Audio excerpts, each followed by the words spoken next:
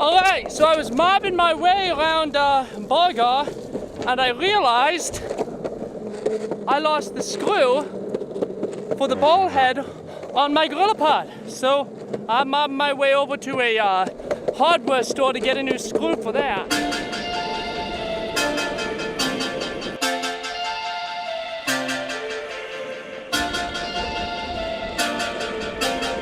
There we are.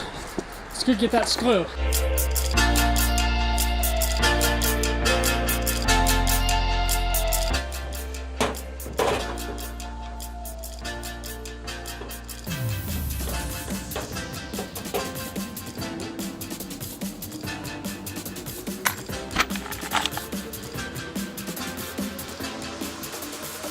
Okay, that'll work. So now let's get going.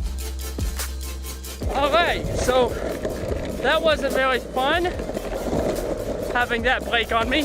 Doesn't look as pretty as it did before, but what you gonna do? Unfortunately now, I only have less than an hour to do the video that I was wanting to talk about, and I haven't even introduced my topic. First of all, I would like to say thank you to all of you who have subscribed in the last 6 months.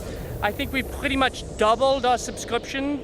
So thank you if you're one of those people, and if you're not, go ahead and subscribe. We have a lot of really cool videos coming out on the camera gear, but also on some other life stuff that I think you'll really be interested in.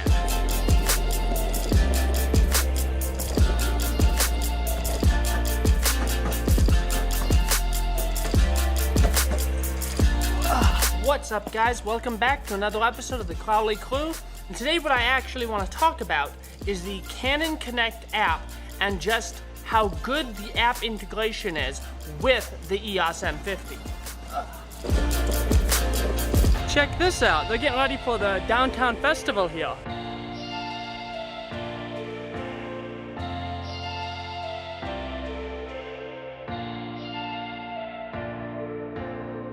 If you want coffee in Bulgar, that's the place to get it. I want coffee in Bulgar.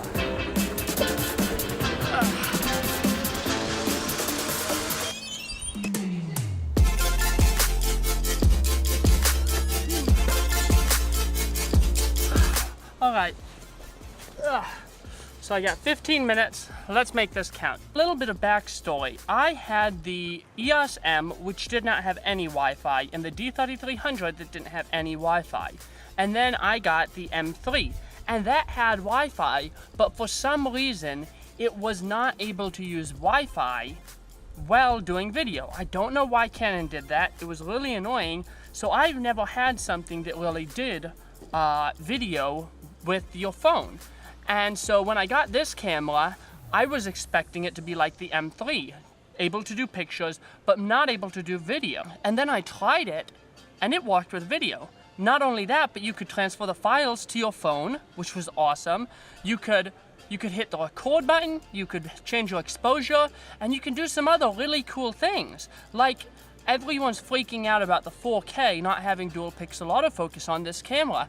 And it's annoying, don't get me wrong, but if you're doing an interview setup and you want to do manual focus, you can double tap on the screen and zoom in, and then there are some arrows that you can press to adjust your focus in large, medium, and small increments to really dial in your focus for 4K or for 1080, though of course we got dual pixel in 1080. Not only that, but you can actually see not only what you're recording while you're recording it on the phone, but you can also still see it on the back. So you could use your phone or an iPad basically like a director's monitor so that they see what's going on with your camera. And you can use it sort of as a budget monitor for, say, a gimbal, where you can't see the screen as well. You don't want to have to be flipping it out and risking having problems with it banging into the gimbal or anything.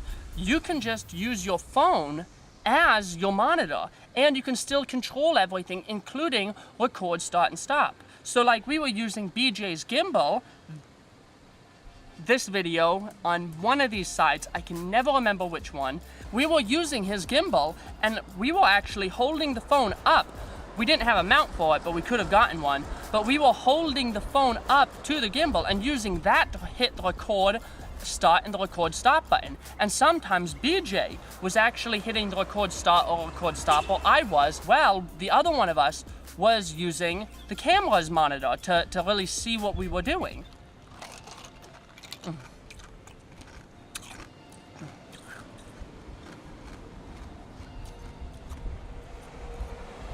Ice is really good on a really hot day, just crunching up ice.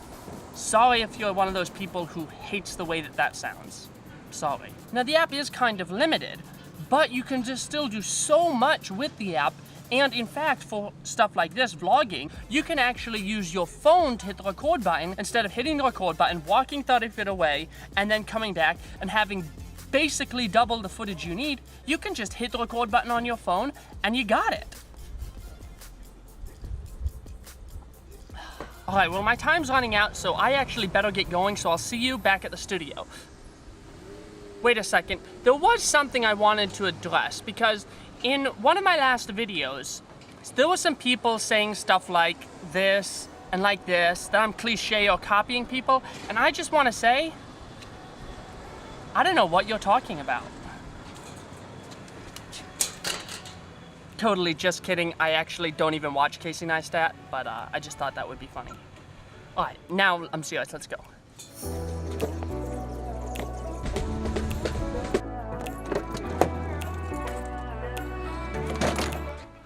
All right, now before I actually head home, I just met a guy in Burger, that actually builds and sells drones.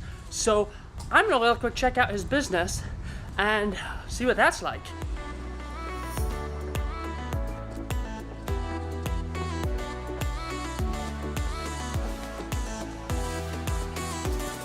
Where is this?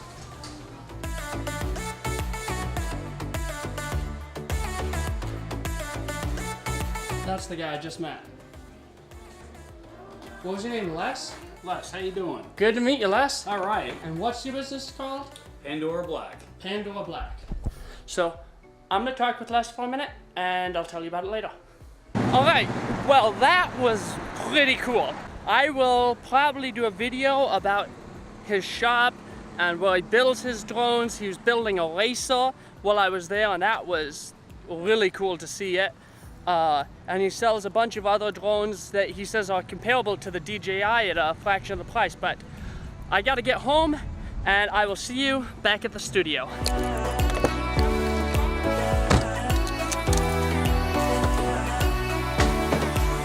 All right, before you leave, I want to talk to you about everything that this app can do so you don't have any misconceptions whatsoever. First of all, you can change all of your exposure values, shutter speed, aperture, ISO.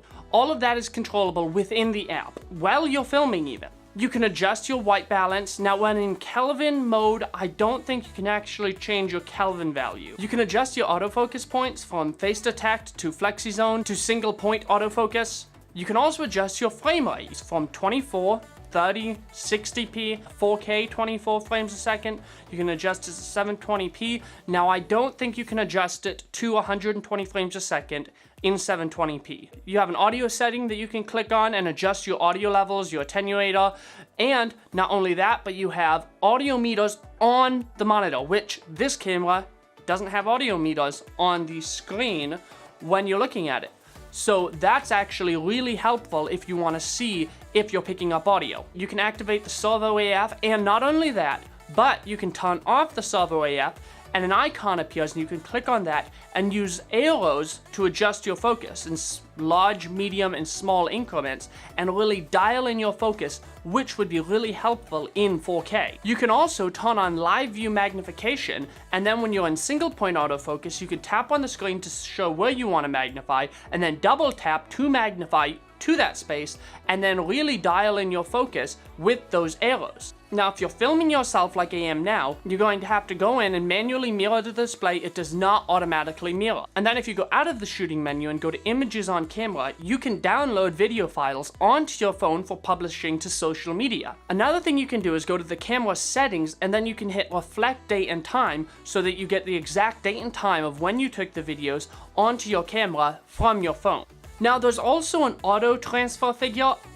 I am never going to use this. The Eos M batteries are already bad enough and they don't need any help. So I would turn that off and not use auto transfer. It's gonna drain your battery really fast. Now a couple notes, you cannot transfer 4K video files to your phone. You can transfer 1080p and 720, but you cannot transfer 4K. So there you have it, the Canon Connect app connected to the M50 and everything that you can do with it.